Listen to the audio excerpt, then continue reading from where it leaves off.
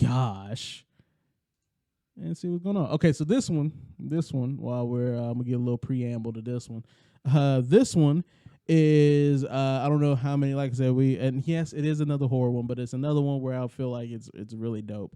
But this is the short film to Smile. This is the short film that apparently Smile got seen and then got greenlit into making a into a major motion picture. It's not all horror, I think. I can't remember. I honestly can't remember. Look, man. Look. No, you know what? I'm going to say this. Chris, if you want other shorts in the short films with Trae plethora, send them to me. Again, people, if y'all man, he put the same kind of shorts on the short film all the time. Let me hit you with the sauce. Exclamation. Discord. Put them in the marquee. We got a place. We got a channel straight up for films, television, and all that shit. I sent you the nice one with the cute Richcraft lady. See, Wes be enabling me too. He be enabling me with the shorts too. I do need to put that. I'm putting that on next one. I'm putting that on the next short films with Trae. That one's going on. We're gonna save it for next time. What this man Chris been saying? Bitch, I don't be finding shorts. I come to you for that, and you scared me. Table flip. Look, don't be flipping the tables. Put the table back. Clean up that mess later. But I'm sorry. I watch what I like, and they come up. But look, all right. If y'all want to dictate some shorts, send them to me, and I will put them shits on the short. I have no problem putting them on there. You just gotta let me know. You know, if you don't want to let me know on the thing. Look, Production 1200 on Twitter. There you go. Tweet me your shorts, and they will go on the short films with Trae. Ain't no problem with that. Okay. You know what? That is your homework. Yes, that is your homework. You go out there and you find some short films that you're like, man, Trae gonna love this. Because you know what? No, the other thing is, I don't have a lot of romantic comedy or romantic dramedy or romantic experience. I don't have that. So I don't go seek that. That shit is thrusted onto me. I see something on aisle 9. It's like, oh, check out this romantic fucking short. And I'll be like, all right, sure, let's check it out. And you know what? It was quaint. I absolutely will. It's about to get stupid cute in this bitch. Let it get stupid cute. I'm here for it. I am down for it. But for right now, we gonna watch this other horror short. We gonna watch this scary bitch. But I don't know if y'all been looking at the movies, but yeah, Smile came out a couple of years ago, and this is the short film that this is based on. And in my opinion, I hate the movie Smile. It is a dumb horror movie. It is stupid beyond. I feel like it wastes its premise fucking 1,000-fold. But this short right here, the reason why it's on this list, again, it kind of feels like the previous short that we saw on 11. I don't know how much production budget they had for this thing. I don't know if they kickstarted it or whatever, but they had some money for this one. The visual effects on this one, really good. So check this out. And the performance also really good. I'm gonna stop talking, check it out, come back with them thoughts. And yeah.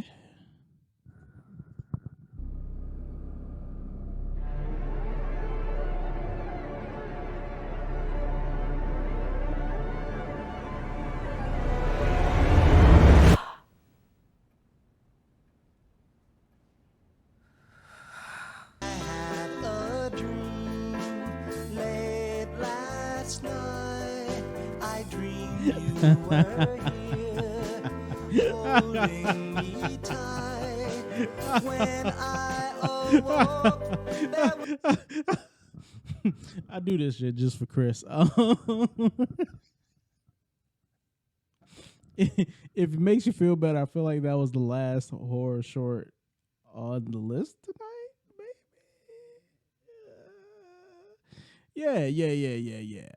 Yeah, the rest ain't no horror shorts, although one may be horrifying. But I think the rest are not horror shorts. to my recollection. Jesus. Um, but besides that, once again, I think this is another short.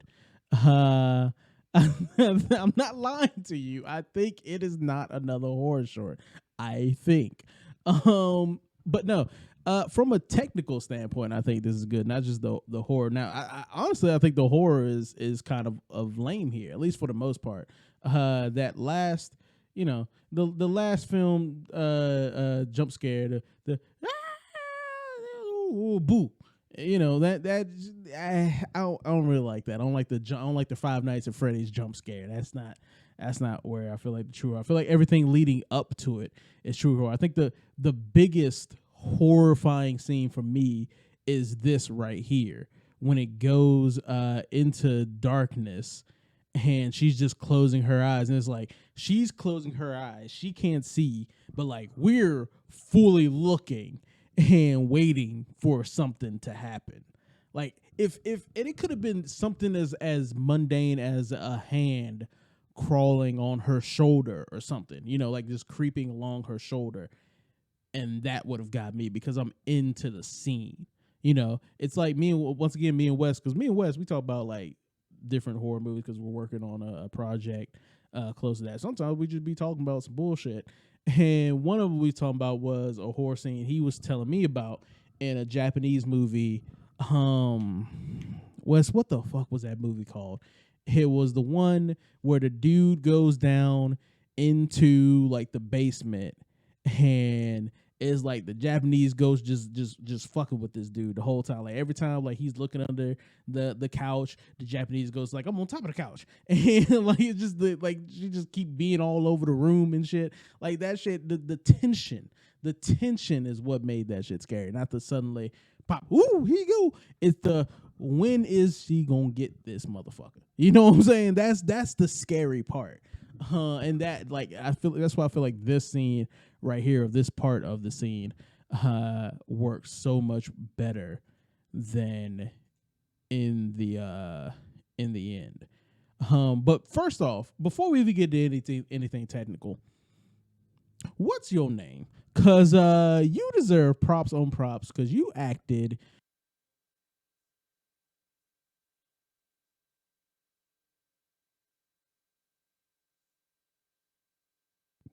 Excuse me, I didn't mean to burp all up in the goddamn microphone. Let's go to that. I am the book. Take a look real quick and see what's your name? Catlin Stacy. Fire. You done a good job, girl. You out here. You putting them daytime drama. Mama, I'm on drugs again. Acting out there. You know what I'm saying? That hella. I'm winning a Tony Award for this shit. You know what I'm saying? I don't know what a Tony Award is, but you winning one of them motherfuckers. You good. This shit good. Tell me she ain't good. Tell me her acting on point. Impeccable. Impeccable. It's unpeccable, bro. She can't be pecked with. That's what I'm talking about. On point. On point. That was another thing. Like she was able to sell the fear. Again, better than the main actress they had in Smile. I'm just gonna put it out there. I'm for real just gonna put it out there. I generally stopped thinking it was a movie. Like you were built in. Like you were built because she's Chris out here. Look, read the chat. I ain't even gotta say nothing. Read the chat. She did it. She did that damn thing. Look. Let's see here. I feel like this shot was good. Notice now. I want y'all to notice because we're getting a little technical. Because see, a lot of first time filmmakers or make this mistake right here. Will not make this mistake because this ain't no goddamn mistake, but we'll do this mistakenly. So what we have right here is, again, it's kind of another rotational shot, but we've gone from a normal what would you call a normal medium shot, right, from head to the waist area, and then when we come in on his medium close up, as he's explaining things and kind of and and telling her that she is now in a dream, that she's being incepted. You start to see that the angle has shifted. This is called a canted angle. That's what this shot is called. The angle of this shot. This is a canted angle shot. And it's usually used to show that something's off. A lot of first-time filmmakers, because they've been taught that this is a special shot. This is one of those you put in your back pocket until you need it. You don't want the audience, you don't want every shot to be candid, because then it's not special. This is the seasoning that you put on your shot list. And a lot of first-time filmmakers will just make all shots candid, and it's like, that's not. If all shots are candid, none of the shots are candid. You just did not level your camera, right? But this is as the tension is building, and you can even see the color change. So not only do we have the candid angle, it goes from a warm, I'm gonna say 40,000 Kelvin color temp, right? Or maybe 45. Like it's somewhere between daylight, man. It's looking a little bit warmer in the tungsten area, but it's going from daylightish color temp to straight cool, straight warm to cool, like your blood is starting to chill, right? Which,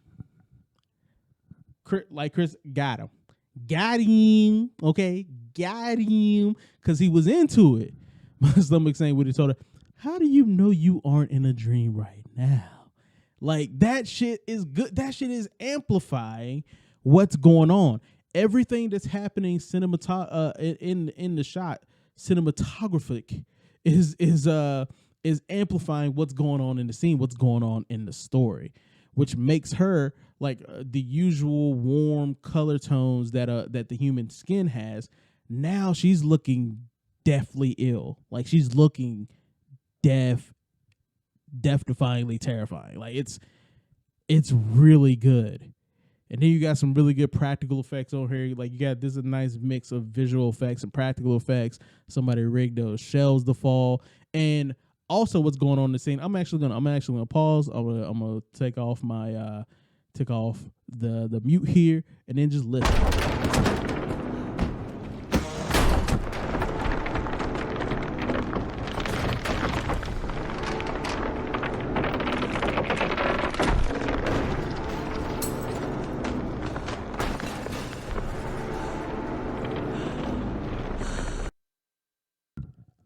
Sound design.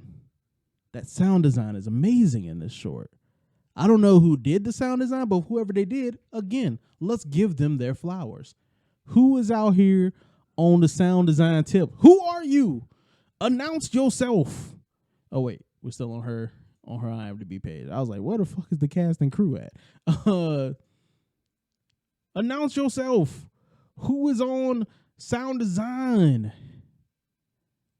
Sound department: Dan Kenyon, Tori McJunkin, John Norris, Rob Young. Who did it in post though? Musical department, and we're gonna go editorial because I don't think music. Although the music was dope in this. So John Leroy, Alt Peter, John Leroy, Alt Peter. You did good. You did good. I whole ass read his name like it was two names. Don't judge me. But producer, editor, online editor, and the colorist, John Norris and Jared Petch, fire on this, fire on the track. Feature by yourself, like that's amazing. Who was the gaffer on the picture, bro? Like who gaffed? Who was the cinematographer? Who did this? Dan Clark, bro. Clark, come on, man. They got electric on here. They got sparks. Camera and electrical department. Coy Nguyen, bruh, get out. What you look like, bruh? What you look like? What y'all look like? Cause these two was working hard together. Bam. And hey look. Nader, you was good too. From grip to grip. Grip the grip, you was good too. All right. Shinjin, grip the grip, you was good too. But let's talk to who was giving you orders. Okay. You got some shorts under your belt. Okay, I see you. Mm-hmm. Yeah. Sorry, we're just getting a little respect to the crew here because they put their foot in this right here. Let me look at this. Look at the color change. Not only, okay.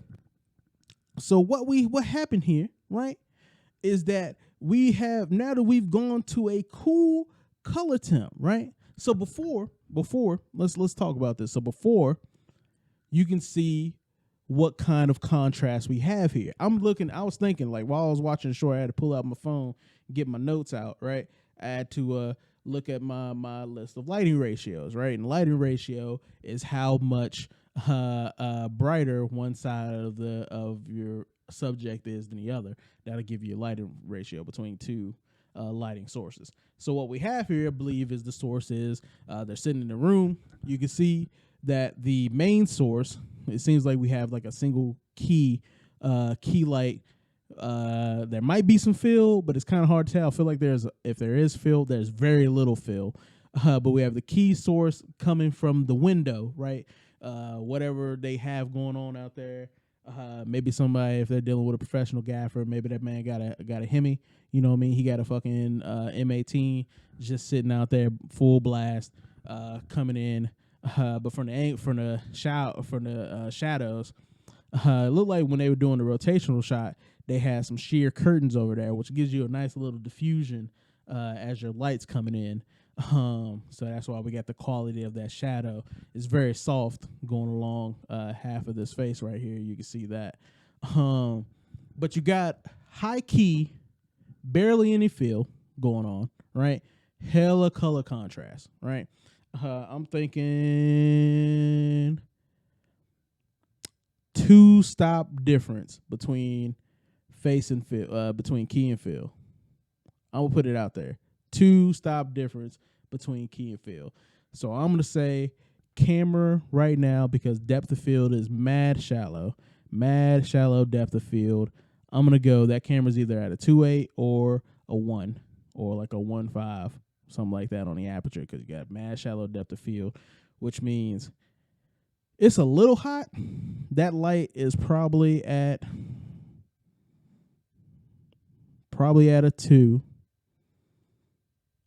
So the feel, like, if there is any feel at all, if that's not just ambient play in the room, if that is it, which it's got to be, because there's a shadow from the light, from the earring right here. There's a shadow going on right here, so there's got to be something at play. If that might be the backlight, though. But if they don't have like a white card bouncing that shit back, I'm going to say it is. Shut up, sir. I'm thinking. That's a 2, 2.8, 4, 5, 6. I'm gonna say. Or do I want to go down? 2, 1. I'm gonna say that shit's 0.5 or under on the fill side. Right? Let me get out my light meter. Apologies if this gets boring. Let me know if I need to move on. Like, we don't want to hear all this shit. Tell me to move on if I need to move on. But I'm actually now mad curious. So right now I'm reading at a 2 here and kind of a 1.6 here. So yeah, that's probably like either 0.5 or under on her fill side. I'm definitely going under on that shit. So that's mad drastic. But then remember, the color changes. We're going from warm to cool, right?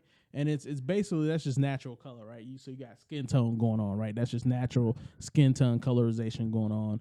Warm to not much at all. But since the color's changing from cool, which brings in a nice blue hue, in order to have that still color contrast, what happens? Bring in a red light. So you have damn near the same color contrast. I think a little bit more, because there's a nice little highlight on that side, but I still think it's, if not now from a 2-stop difference, probably a 1-stop difference has changed. So they brought up the red fill light a little more, so you can see it more. It's in play more, but it's not overshadowing the cool tones that the rest of the scene has going on. That's that shit.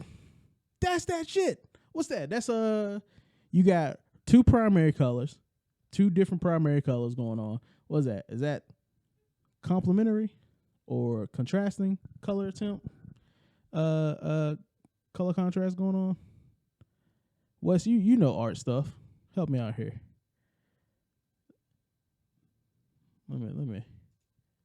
Let me see real quick. What's that? We're gonna do the research. What is that? Complementary colors.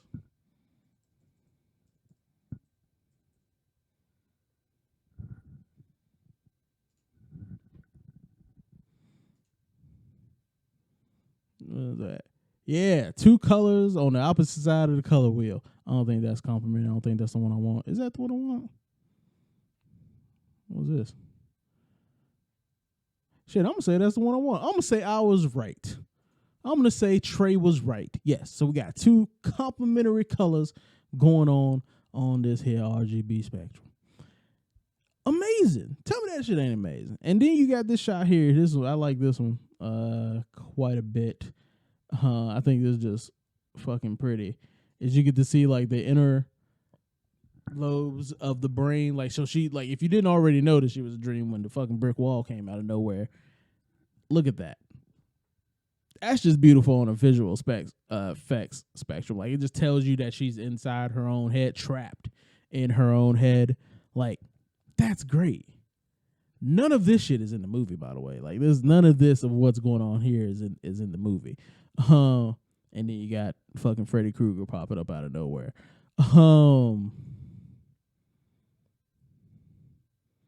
Even her shots get like a little bit canted, like at this point.